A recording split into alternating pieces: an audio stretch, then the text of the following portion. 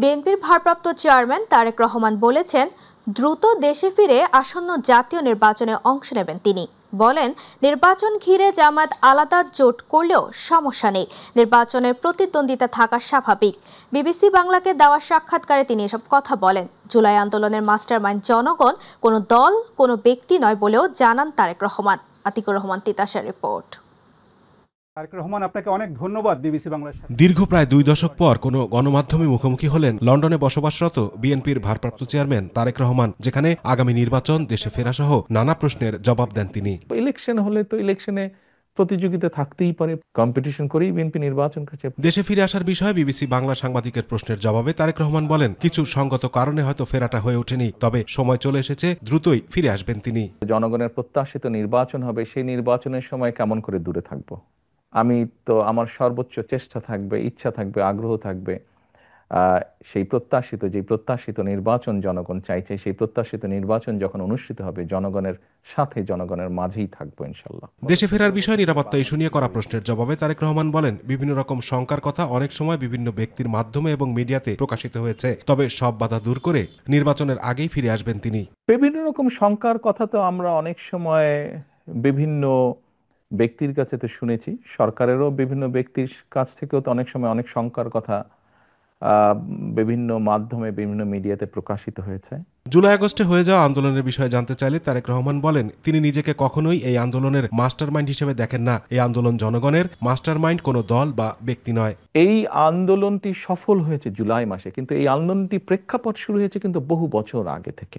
কাজেই কারো ভূমিকাকে আমরা ছোট করে দেখতে চাই না, খাটো করে দেখতে চাই না। সমাজের দল মত নির্বিশেষে, শ্রেণী বিন্যাস নির্বিশেষে প্রত্যেকটি মানুষের অবদান আছে।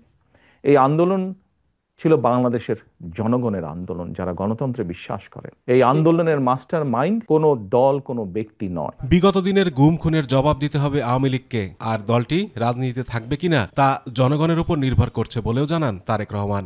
যেহেতু জনগণের শক্তিতে আমরা বিশ্বাস করি, জনগণের সিদ্ধান্তে আমরা বিশ্বাস করি, জনগণের সিদ্ধান্তের উপরে আমরা আস্থা রাখতে চাই, এই বিষয়ের সবচেয়ে বড় বিচারক আমি মনে করি জনগণ। আতিকুর রহমান তিতাস, মাই টিভি বাংলার সাথে যোগ দেওয়ার জন্য।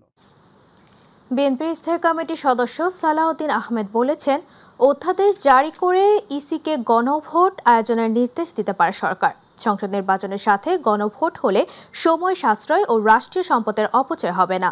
জাতীয় প্রেস ক্লাবে গ্রহণযোগ্য নির্বাচনের চ্যালেঞ্জ সম্ভাবনা নিয়ে আলোচনা সভায় তিনি এসব কথা বলেন।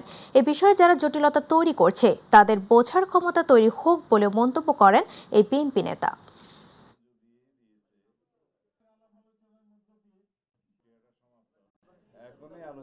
যারা নির্বাচন বিলম্বিত করতে চায় বিভিন্ন কায়দা কানুনের মধ্য দিয়ে, সেটাই হচ্ছে চ্যালেঞ্জ। অথবা বিভিন্ন ইস্যু সৃষ্টি করে আলোচনায় এবং রাস্তায় একই ইস্যুতে আন্দোলন করে যারা একটা বিভ্রান্তি সৃষ্টি করতে চায় জাতির মধ্যে, সেগুলোই হচ্ছে চ্যালেঞ্জ। স্বচ্ছ আয়নার মতো পরিষ্কার নির্বাচন করতে চায় ইসি। নির্বাচন কমিশন বিশ্বকে দেখাতে চায় নির্বাচনে কোনো লুকোছাপা হচ্ছে না। সকালে ইসির সাথে গণমাধ্যম প্রতিনিধিদের সংলাপে সব কথা বলেন প্রধান নির্বাচন কমিশনার এএমএম নাসির উদ্দিন। তিনি বলেন, নির্বাচন কমিশন জাতির কাছে সুষ্ঠু ও সুন্দর নির্বাচন আয়োজনে প্রতিশ্রুতিবদ্ধ। গণমাধ্যমের সহযোগিতা ছাড়া লেভেল প্লেইং ফিল্ড ও নির্বাচনের অনুকূল পরিবেশ তৈরি সম্ভব নয়। এছাড়া প্রবাসী নির্বাচনে যারা দায়িত্ব পালন করেন সেসব সরকারি চাকরিজীবীদের ভোটের ব্যবস্থা করা হবে উল্লেখ করে তিনি জানান, এবার প্রায় 10 লাখ সরকারি চাকরিজীবীকে ভোটের আওতায় আনা হবে। সরকারি চাকরিজীবী যারা বিভিন্ন জায়গায় প্রস্তুত থাকেন তাদেরকে নিয়ে আসবে, আইন আর অলরেডি আছে, কিন্তু নেভার ইমপ্লিমেন্টেড। আমরা এইটা বাস্তবায়নের উদ্যোগ নিয়েছি। এই সব কিছু কাজ আমরা করার জন্য উদ্যোগ নিয়েছি at a very critical time of the nation.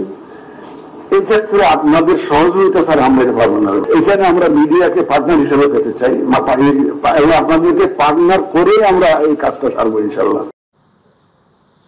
July আগস্টে কুষ্টিয়ায় 6 জনকে হত্যার ঘটনায় মানবতা বিরোধী অপরাধের মামলায় আওয়ামী লীগের যুগ্ম সাধারণ সম্পাদক মাহবুবুল আলম হানিফ সহ 4 জনের বিরুদ্ধে আনা অভিযোগ আমলে নিয়েছেন আন্তর্জাতিক অপরাধ ট্রাইব্যুনাল। একই সঙ্গে আসামিদের গ্রেফতারের মাধ্যমে আগামী 14 অক্টোবর হাজিরার নির্দেশ দেওয়া হয়েছে। ট্রাইব্যুনাল 2-এর চেয়ারম্যান বিচারপতি নজরুল ইসলাম চৌধুরী নেতৃত্বাধীন 3 সদস্যের বিচারিক প্যানেল এই আদেশ দেন। এদিকে জুলাই আগস্টে গণহত্যার দায়ে মানবতা বিরোধী অপরাধের মামলায় সাক্ষ্য দেওয়া মূল তদন্ত কর্মকর্তা মোহাম্মদ আলমগীরকে আজ জেরা করছেন শেখ হাসিনা ও আসাদুজ্জামান খান কামালের পক্ষের রাষ্ট্রনিযুক্ত আইনজীবী মোহাম্মদ আমির হোসেন।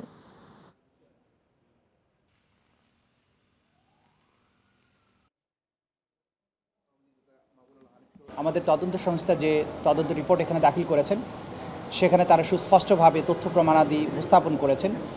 মাহবুবুল আলম হানিফ আওয়ামী লীগের প্রভাবশালী নেতা হওয়ার কারণে তাদের কোর কমিটির সদস্য হিসাবে আওয়ামী লীগের প্রত্যেকটি ডিসিশন মেকিংয়ে তার ভূমিকা রয়েছে। বিগত বছরের জুলাই আগস্টের গণ অভ্যুত্থান চলাকালীন সময়ে নিরস্ত্র নিরীহ ছাত্র জনতাকে হত্যার ব্যাপারে আওয়ামী লীগের যে সমস্ত সিদ্ধান্ত হয়েছিল প্রত্যেকটা সিদ্ধান্ত গ্রহণের ব্যাপারে তার ভূমিকা ছিল। তার বিরুদ্ধে কমান্ড রেসপন্সিবিলিটির অভিযোগ আনা হয়েছে।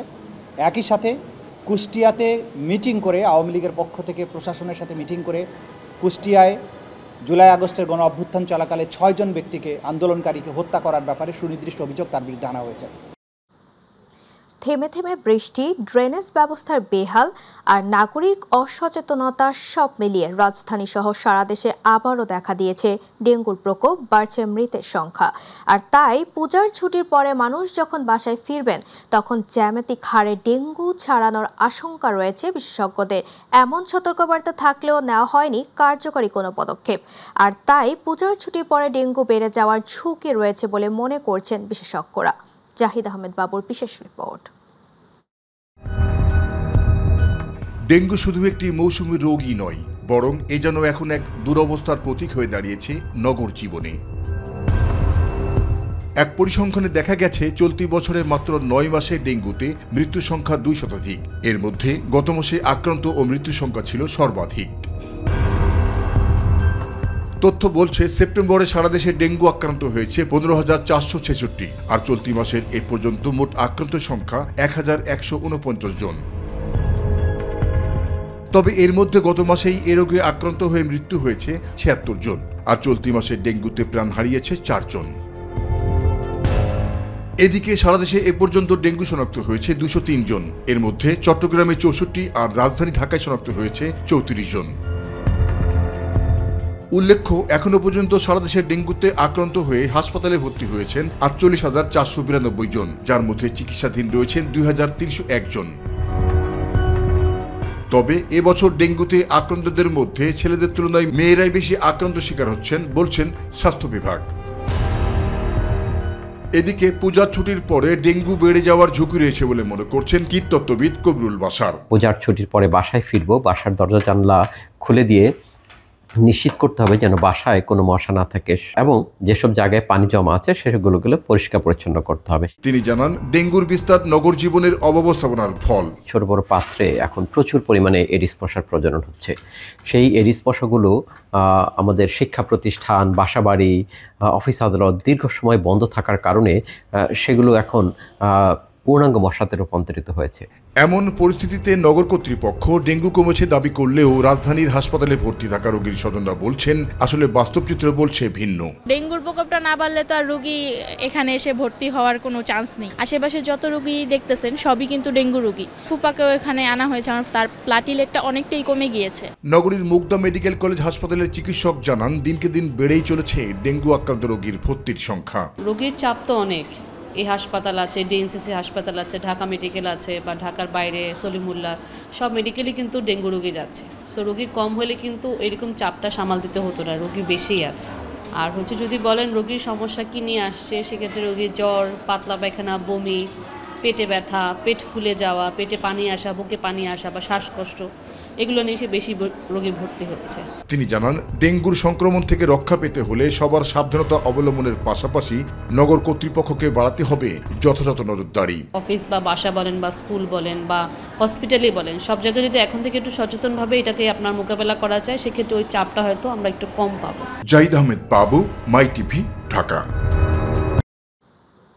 তিস্তার উজানে প্রবল বর্ষণের ফলে সৃষ্ট পাহাড়ি ঢলে লালমনিরহাটে তিস্তার পানি বিপদ সীমার উপর দিয়ে প্রবাহিত হচ্ছে। আকস্মিক বন্যায় জেলার প্রায় 50,000 মানুষ পানিবন্দী হয়ে পড়েছে।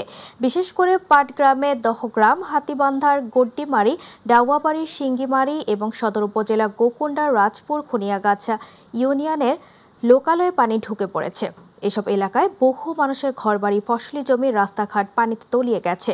পানি উন্নয়ন বোর্ড জানিয়েছেন, রোববার বিকেল থেকে আকস্মিকভাবে তিস্তার পানি বৃদ্ধি পেতে থাকে এবং রাত 11টায় এই পানি বিপদসীমার 35 সেন্টিমিটার উপর দিয়ে প্রবাহিত হচ্ছিল। সকালে তিস্তার পানি বিপদসীমার উপরে থাকলেও বর্তমানে বেলা বাড়ার সাথে সাথে পানি কিছুটা কমে বিপদসীমার কাছাকাছি রয়েছে।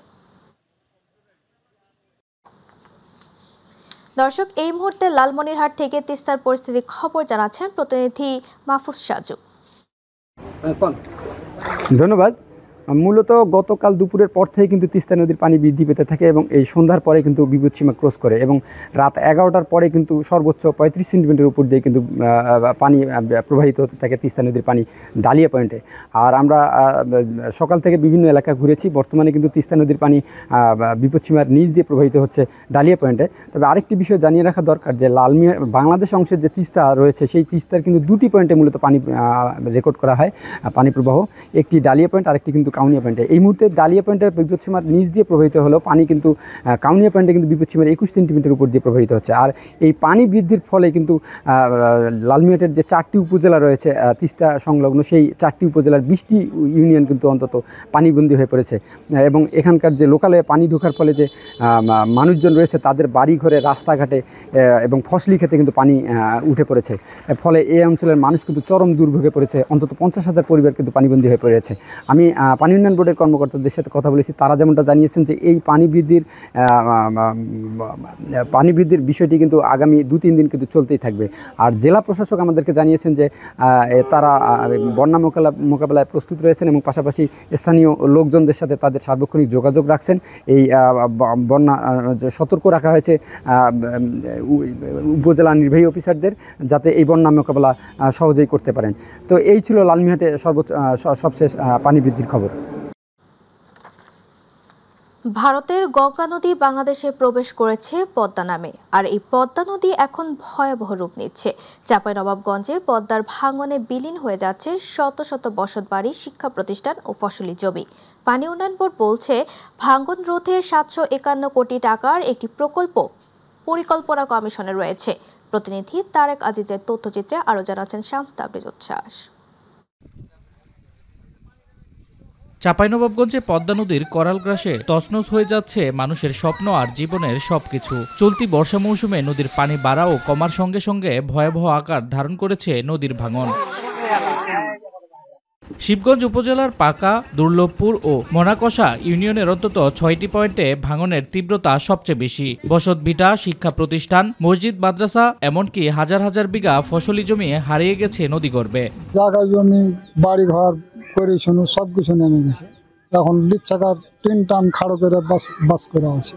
স্থানীয়রা বলছে 1971 সালের পর এবারই সবচেয়ে বেশি ভয়াবহ ভাঙনের মুখোমুখি তারা। আর এর জন্য ভারতের ফারাক্কা ব্যারেজকেই দায়ী করছেন স্থানীয়রা। ভারতে বাদ দিয়েছে সলিংবাদ, এরকম সলিংবাদের দরকার। প্রতিরোধ ব্যবস্থা না করা হয় পানি উন্নয়নের বোর্ডের তরফ থেকে, তাহলে আমাদের ভবিষ্যতে খাওয়া পড়া এবং বাড়ি ঘরের বসত ভিটাও থাকবে না। ফারাক্কার কারণে পদ্মার স্বাভাবিক গতিপথ নষ্ট হয়েছে। পানি উন্নয়ন বোর্ড দ্রুত কার্যকর পদক্ষেপ নিক, না হলে আরো বড় বিপর্যয় হবে বলে মনে করেন স্থানীয় জনপ্রতিনিধি।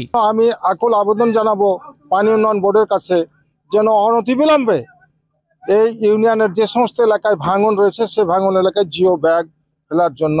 স্থানীয়দের দাবির সঙ্গে একমত পানি উন্নয়ন বোর্ডও। তারা জানায়, শিবগঞ্জের 6 কিলোমিটার এলাকায় স্থায়ী বাঁধ নির্মাণের জন্য 751 কোটি টাকা একটি পরিকল্পনা কমিশনে পাঠানো হয়েছে। পার্মানেন্ট প্রোটেকশনের জন্য আমাদের একটা প্রজেক্ট জমা দেওয়া আছে। সেই প্রজেক্টে অনুমোদন হলে পরে এখন যে নদী ভাঙন দেখা দিচ্ছে, সেই ভাঙনের হাত থেকে এই এলাকাবাসী স্থায়ীভাবে রক্ষা পাবে। পদ্মা পারে মানুষের জীবনে নেমে এসেছে চরম দুর্দশা। এখন আর তারা আশ্বাস নয়, চায় বাস্তব ও দ্রুত কার্যকর ব্যবস্থা। শামস তাবরিজ উচ্ছ্বাস, মাই টিভি নিউজ ডেস্ক। বৌদ্ধ ধর্মাবলম্বীদের দ্বিতীয় বৃহত্তম ধর্মীয় উৎসব শুভ প্রবারণা পূর্ণিমা কঠিন চিবর দান উৎসব আজ। এটি আশ্বিনী পূর্ণিমা নামেও পরিচিত। প্রতি বছর আষাঢ় মাসে প্রবারণা পূর্ণিমার পরদিন থেকে এক মাস ধরে দেশের প্রতিটি বৌদ্ধ বিহারে শুভ কঠিন চিবরদান উৎসব হয়ে থাকে। কঠিন চিবরদান উৎসব বৌদ্ধদের সবচেয়ে বড় ধর্মীয় উৎসব। প্রবরণা পূর্ণিমা উপলক্ষে ভোর থেকে রাজধানী ঢাকা সহ সারা দেশের বিহারগুলোতে বুদ্ধ পূজা, শিল গ্রহণ, প্রদীপ পূজা সহ নানা আয়োজন করা হয়েছে। এ সময় বৌদ্ধ ধর্মাবলম্বীরা জগতের সকলের শান্তি কামনা করে অহিংস বিশ্ব করার আহ্বান জানান।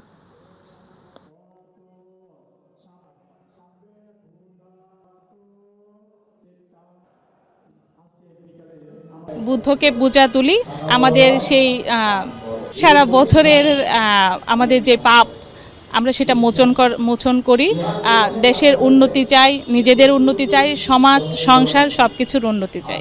এই পূর্ণিমাতে তথাগত বুদ্ধ আমাদের নিজস্ব চুল ফেলে উড়িয়ে দিয়েছে, তখন থেকে আমাদের এই পূর্ণিমা হয়েছে অনুষ্ঠিত। তো এই বুদ্ধের কাছে এটাই প্রার্থনা করছি, জগতে সকল প্রাণী সুখী হোক, আমার পরিবার সুস্থ থাকুক। বুদ্ধ ভিক্ষুদের হচ্ছে 3 মাস বর্ষাবাস পালন করার পরে ওনারা হচ্ছে এই দিনটাই ভাঙে। প্রবরণা পূর্ণিমা এবং বুদ্ধের মানবতাবাদের উপর আলোচনা সভা হবে এবং প্রধান অতিথি হিসেবে উপস্থিত থাকবেন আমাদের মাননীয় ধর্ম উপদেষ্টা আফম খালিদ হোসেন সাহেব এবং শ্রীলঙ্কার রাষ্ট্রদূত এবং আরও কয়েকজন আমাদের ডিপ্লোম্যাটিক্সরা আসবেন। এবং এটার পরে সন্ধ্যায় আমরা ফানুস উৎসবের পরে আমাদের অনুষ্ঠান সমাপ্তি ঘোষণা হবে। উপাসক বর্ষবত্রতা কি এই 3 মাস পরে আজকে দিন আমাদের শেষ হয়ে গেল। আজকে আমাদের আপনাদের যেমন ঈদ হয়, ঈদের মতো আমাদের অনুষ্ঠানটা হবে, সবার ঘরে ঘরে আনন্দ। মা ইলিশের প্রধান প্রজনন মৌসুমে ইলিশ রক্ষায় 4 অক্টোবর মধ্যরাত থেকে 25 অক্টোবর পর্যন্ত টানা 22 দিন ইলিশ ধরা, পরিবহন, মজুত, বেচাকেনা ও বিনিময় সম্পূর্ণ নিষিদ্ধ ঘোষণা করেছে সরকার। এ সময় আইন অমান্যকারীদের বিরুদ্ধে কঠোর ব্যবস্থা নেবে প্রশাসন। তবে রাজবাড়ী গোয়ালন্দ উপজেলার পদ্মা নদীতে নিষেধাজ্ঞা অমান্য করে ইলিশ ধরার প্রস্তুতি নিচ্ছে অসাধু মৌসুমী জেলেরা। রাজবাড়ী প্রতিনিধি শেখ মমিনের তথ্যচিত্রে বিস্তারিত জানাচ্ছেন জুবার রহমান। শুক্রবার মধ্যরাত থেকে নদী ও সাগরে ইলিশ ধরায় 22 দিনের নিষেধাজ্ঞা জারি হয়েছে। নিষেধাজ্ঞার মধ্য দিয়ে শেষ হয়েছে এবছরের ইলিশ মৌসুম। তবে রাজবাড়ীর গোয়ালন্দ উপজেলার পদ্মাপাড়ে প্রশাসনের নজরদারি নেই বললেই চলে। স্থানীয় প্রভাবশালীদের একটি চক্র শতাধিক মাছঘাট নিয়ন্ত্রণ করে এখনও চালিয়ে যাচ্ছে ইলিশ ধরার প্রস্তুতি। 22 দিন অভিযান দিছে, সরকার সহযোগিতা করতেছে না। আমরা 22 দিনকে চলবো, কি করবো ঠিক কথা চিনি। যাদের জালের কার্ড দিচ্ছে, যারা রিক্সা চালায়, ভ্যান চালায়, তাদের তাহলে আমরা তো আর চাল পাচ্ছি না। এখন আমাদের উপায় কি? আমরা এই যে প্রার্থনা চাই সরকারের কাছে যে আমাদের এই জাল বহাল অনুমতি আমরা পেয়েছি। দৌলদিয়া নৌ পুলিশ ফাঁড়ির ইনচার্জ ছুটিতে থাকায় বক্তব্য মেলেনি। দায়িত্বরত কর্মকর্তারাও রাজি হননি কথা বলতে। অপরদিকে নিষেধাজ্ঞা অমান্যকারীকে আইনের আওতায় আনার কথা বললেন উপজেলা মৎস্য কর্মকর্তা।